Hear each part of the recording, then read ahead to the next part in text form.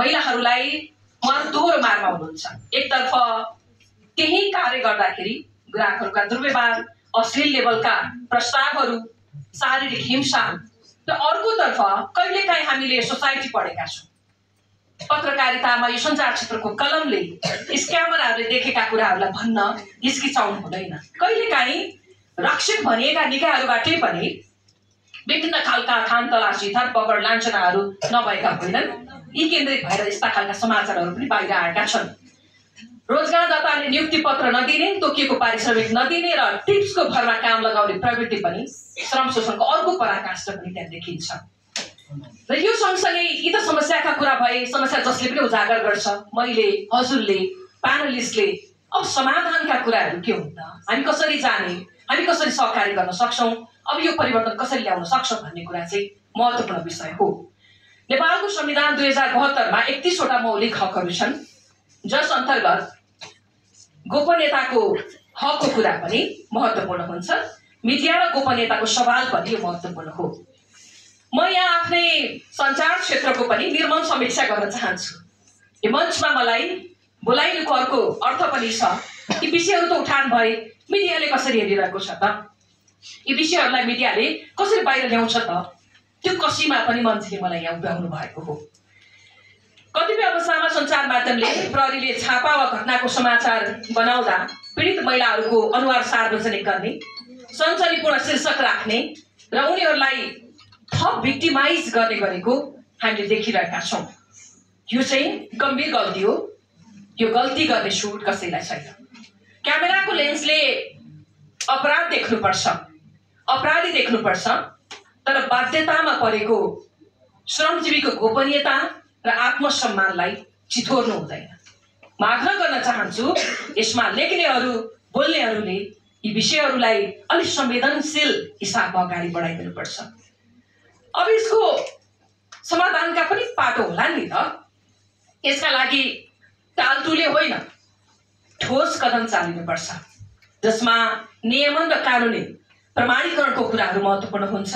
वयस्क मनोरञ्जन क्षेत्रलाई गुपचुप वा अवैध जस्तो व्यवहार गर्नुभन्दा यसलाई व्यवस्थित र मर्यादित बनाउनु आजको आवश्यकता हो। हिजो मात्रै मैले सामाजिक सञ्जालमा, युट्युबहरूमा हामी अहिले कार्यक्रम गरिरहेको ओडाका नजिकै केही खाजा पसलहरूबाट केही व्यक्तिहरूलाई सटर बन्द गरेर कानुनी दायरामा ल्याएका घटनाहरू बाहिरबाट हेर्दाखेरि ठुलो कुरा, जसरी युट्युबमा जहाँ चाहिँ भ्युज बढाइन्छ, लाइक बढाइन्छ, सेयर त्यसलाई पैसामा कन्भर्ट गरिन्छ, त्यसरी बजारमा आएका छन्।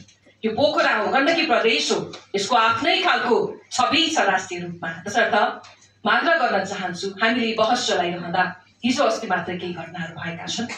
यी घटनाहरूको सत्य तथ्य बाहिर आएर त्यो क्षेत्रलाई सुधार्नका लागि लक्षित समूहहरू पनि आफ्नो कर्तव्यमा यहाँहरू सहज रूपमा यो मेरो कर्तव्य हो, यो मेरो अधिकार हो भन्ने कुरामा, छुट्याउने कुरामा यहाँहरू लाग्नुहुनेछ भन्ने मैले अपेक्षा लिएको छु। अब यो अहिले चाहिँ के देखिन्छ भने पोखरा महानगरपालिका र स्थानीय प्रशासनले क्षेत्रका व्यवसायीहरूलाई स्पष्ट आचार संहितामा लैजान सक्ने हो भने यो समस्या समाधान हुन सक्छ। हरेक श्रमिकको नियुक्ति पत्र, न्यूनतम पारिश्रमिक र सामाजिक सुरक्षा कोषमा यो आबद्धतालाई अनिवार्य बनाइदिने हो भने उहाँहरूको जीवन रक्षाका लागि सजिलो हुन्छ। अब श्रम डेस्क र उजुरीको संयन्त्रलाई पनि प्रभावकारी बनाउनुपर्छ, किनभने जिल्ला प्रशासन कार्यालय, प्रहरी कार्यालयमा यो क्षेत्रमा महिलाहरूका लागि छुट्टै र गोप्य सुनवाई डेस्कका कुराहरू, आफ्नो समस्या परेको व्यक्तिले फोन गर्दा त्यो फोन कम्तीमा उहाँको समस्यालाई अटो रेकर्ड गरेर गोप्य हिसाबले राख्न सक्ने बाटोहरू। फोन कसले उठाउँछ? फोन गर्छिन् महिलाले, उठाउँदा पुरुषले उठाउनु होला, तर त्यहाँ सबै समस्या उनले भन्न सक्ने अवस्था नहुन सक्छ। त्यसर्थ अब टेक्नोलोजी धेरै माथि आएको छ, प्रविधिको प्रयोग गरौँ भनेको छ। कतिपय अवस्थामा छुट्टै रुममा रेकर्ड गरेर उहाँले आफ्ना कुरा सबै राख्न सक्नुहोला। कसै कोही उभिएर केरकार गर्दा सबै कुरा भन्न सक्ने अवस्था नहुन सक्छ। त्यो आधारमा उहाँलाई आवश्यक के हो, परेको के हो, समस्या के हो, समाधान कसरी जान सकिन्छ भन्ने विषयमा पनि अगाडि जान सकिन्छ कि भन्ने मलाई लाग्छ। र उनीहरूले ग्राहक वा साउजीबाट भएको हिंसा बिना डर उजुरी गर्न सकुन्। र यहाँ उपस्थित मैले देखिरहेको छु, चिडियो साफ हुनुहुन्छ, प्रहरी प्रमुखज्यू पनि हुनुहुन्छ, र र स्टेक होल्डरहरू पनि यहाँ हुनुहुन्छ। विशेष आग्रह छ, बढ्दै देख्दा यी दिदीबहिनीहरू तर्सिने होइन, सुरक्षित महसुस गर्ने वातावरण हामीले बनाइदिनु पर्नेछ। जो हामी विभिन्न क्षेत्रमा काम गरिरहेका छौँ, हाम्रो त्यो दायित्वभित्र पनि यी कुराहरू परेका हुन्छन्। र अन्त्यमा आज चाहिँ यहाँले छलफल चलाउनुको इन्टरनेसनली हेर्ने हो भने रेस्ट एन्ड रिल्याक्सलाई होइन बाहिर देशको प्र्याक्टिसको कुरा गर्ने हो भने यसलाई एउटा मेजर विषयको रूपमा लगेको छ। यो क्षेत्रलाई सुन्दर बनाउनका लागि हामी सबैजना यो क्षेत्रमा लागौँ, म यो आग्रह गर्न चाहन्छु। र यी मुद्दाहरू आज पब्लिक फोरमले उठाएको छ, यसलाई अभियानकै रूपमा बढाउँ। लेख्ने कलमहरूले पनि यसलाई 16 दिन मात्रै होइन, वर्ष दिनै 365 दिनै लेख्ने गरौँ।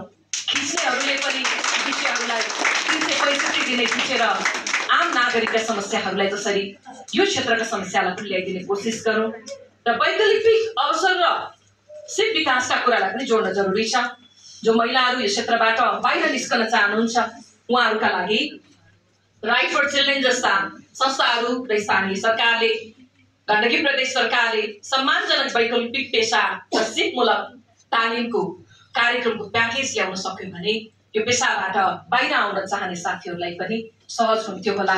र प्यानल डिस्कसनमा यो प्यानलिस्टको रूपमा जसले समस्या भोग्यो, जो समस्यामा निरन्तर भोगिरहेको छ, भोगाइका कुरा पनि त्यहाँभित्र पनि लिडरहरू हुनुहुन्छ।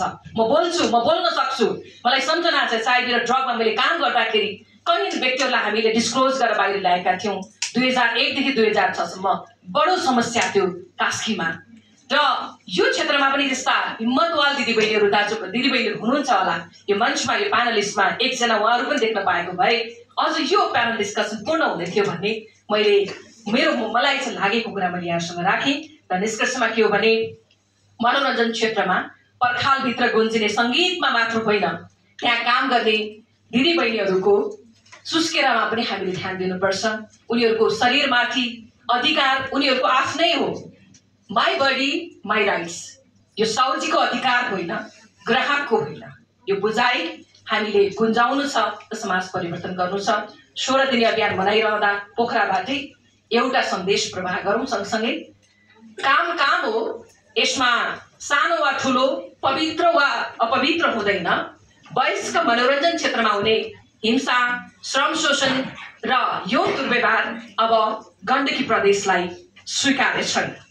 यो महत्त्वपूर्ण कार्यक्रमका लागि आयोजक टिमलाई पुनः धन्यवाद। श्रमजीवी महिलाहरूको यो महिलाहरूको आत्मसम्मान र सुरक्षाको पक्षमा गण्डकी प्रदेश सरकार, प्रेस रजिस्ट्रार कार्यालय सधैँ साथमा रहने विश्वास पनि दिलाउँदै म यहाँहरूलाई यो महत्त्वपूर्ण कार्यक्रम गर्नुभएकोमा धन्यवाद दिँदै मेरा भनाइहरू यही अन्त गर्दछु। धन्यवाद, नमस्कार।